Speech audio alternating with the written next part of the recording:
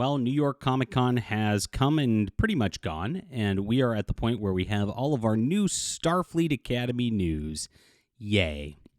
Now, this looks like it's going to be Discovery on steroids. I guess hormone blockers would be a better analogy right there. Discovery on hormone blockers. That's right. The wokest Star Trek ever is what I'm going to predict out of Starfleet Academy. Now, when I was at Star Trek Las Vegas this year, they actually got some questions at the Strange New Worlds panel about the lack of wokeness in the show. Now, of course, they have a lot of diversity hires in the cast to add to Pike and Spock because, they can't have more than two white males on a ship, I guess.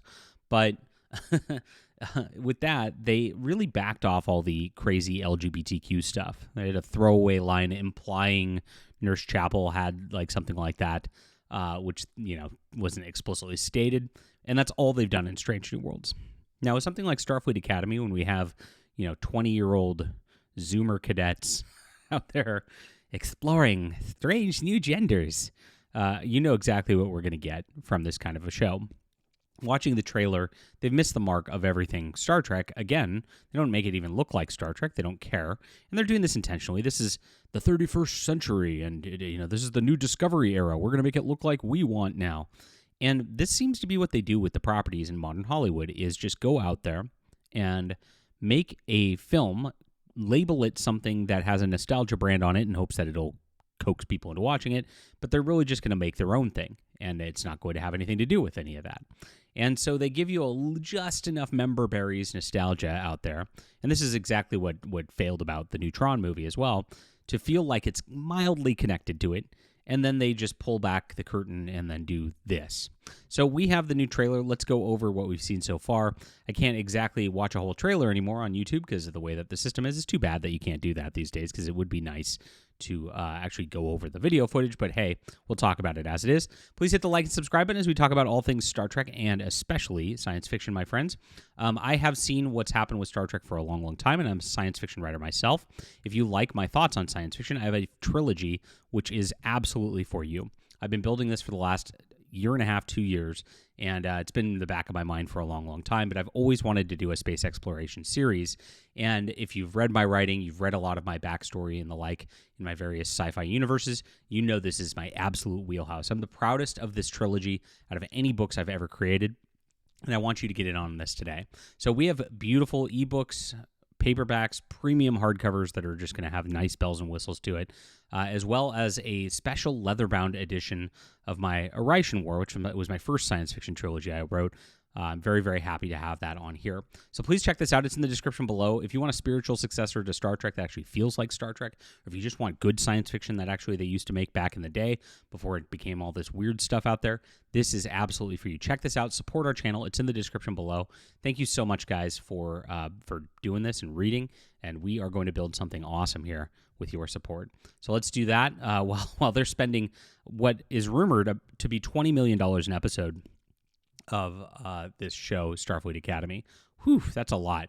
They're going to be spending, with the 2 seasons, upward of $300 or $400 million to produce this, and they're going to not get good results because there's not a Star Trek fan out there that wants this. And this is exactly like the question mark. Why would you do something that Star Trek fans are going to tune out of? They always try to get this younger, modern audience out of everything, and that audience is not interested in Star Trek. So you turn off your audience. They're not going to watch it. You have no audience. That's exactly what happens right here. What is wrong with her hair? It's like a Mickey Mouse bun sort of thing. Okay, very odd. Throw Robert Picardo in it just so you have like a connection to Voyager. Remember the EMH? Remember the Doctor? And you have what you have. Now, I've already seen enough signs of this to be, beyond the Mickey Mouse. Having an aged hologram is ridiculous. It doesn't make any sense. I know they're going to explain it, just like they explained Data and just like they explained Q. It's like they really should have just done something with technology to make it look like it didn't age, because it doesn't make any sense in all of those instances, honestly. But I guess this is what they're doing. Then we have more. We have this reveal, which is the Klingon in a skirt. This looks like he's wearing and they're saying it's a Klingon kilt already. Yeah, there never was any Klingon kilts. This was not something you ever saw in the Klingon lore in the background or anything like this.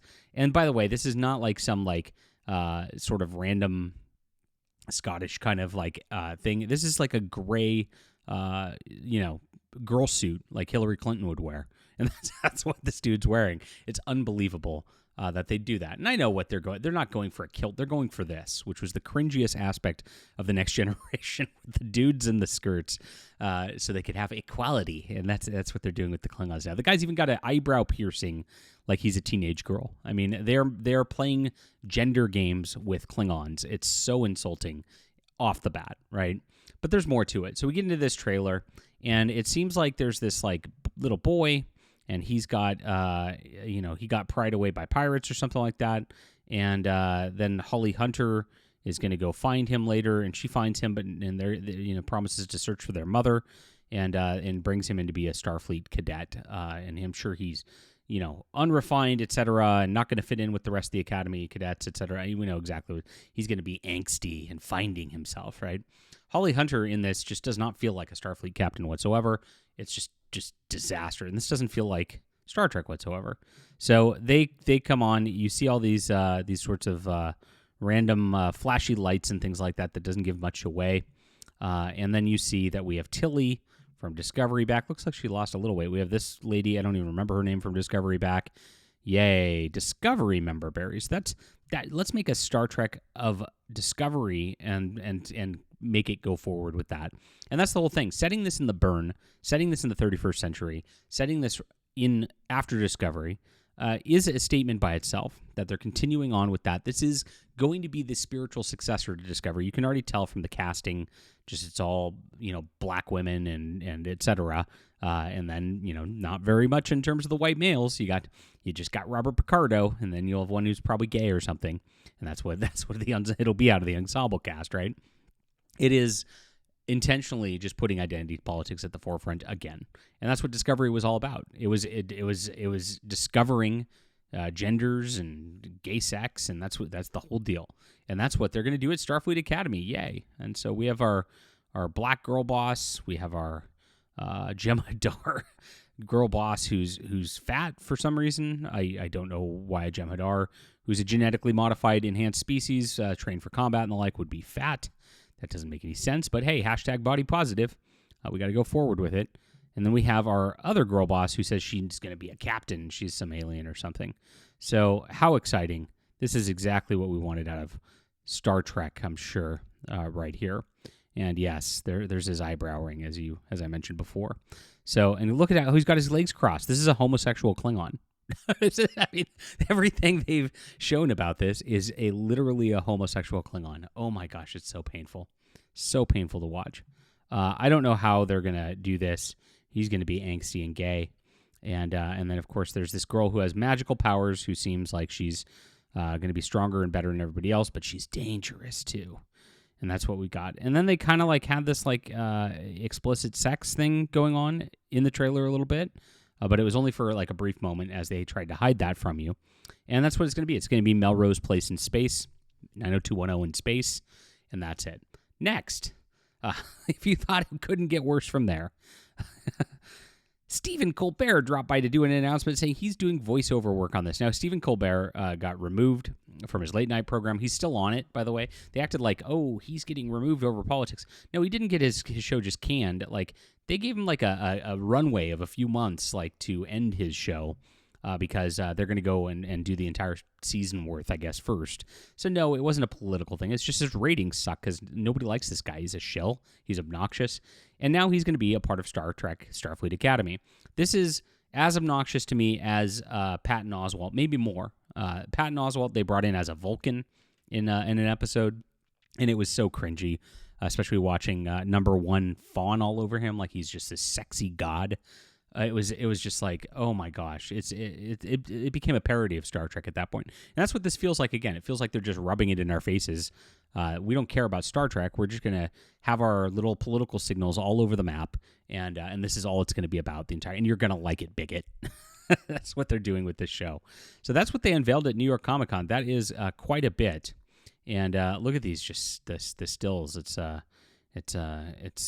pretty ugly. And the ratio of women to men in a men's action science fiction show is very, very off, just like Strange New Worlds is. It feels weird with that, and and here's your little romance, interracial romance to cap it off in all of this. So it's going to be pretty ugly. We know this right here, and it's not going to go very well.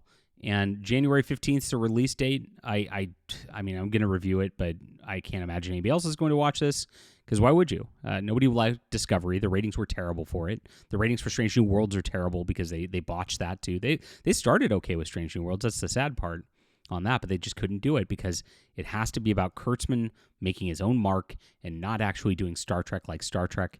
It's very easy to fix, but it might be a little too late for the brand because they've done too many years and too many series of just torching it at this point. Oh, painful. What do you think about this? That's my reaction. Hit the like and subscribe button. If you like my thoughts on writing and different things, please check this out. This is the real exploration series that you're going to enjoy. I love Next Generation. I love Deep Space Nine. I love Voyager. I love the original series. This is it for you guys. You're going to absolutely enjoy this. Each book in this series is his own Planet of the Week adventure. And the first one is about an alien species with these like soul crystals that encapsulate souls, so they think they can live forever.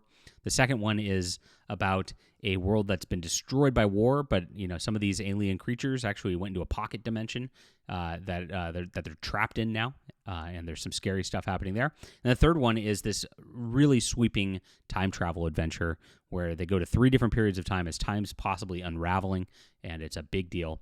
I set this up, like I said, each book to be its own adventure, much like Star Trek used to be, but the characters really continue through it. And I built some beautiful characters that, they'd be a good crew. They'd be a much better crew than anything else these guys are coming up with. I think you'll enjoy it. It's in the description below. Thank you guys for reading, and check this out. Tell your friends, because it's all word of mouth that's going to get this going. And that's what we need to do. We need to have a real alternative that continues on and just keeps the vision alive, because this is what science fiction is all about. All right, thank you for being here. We'll be back soon.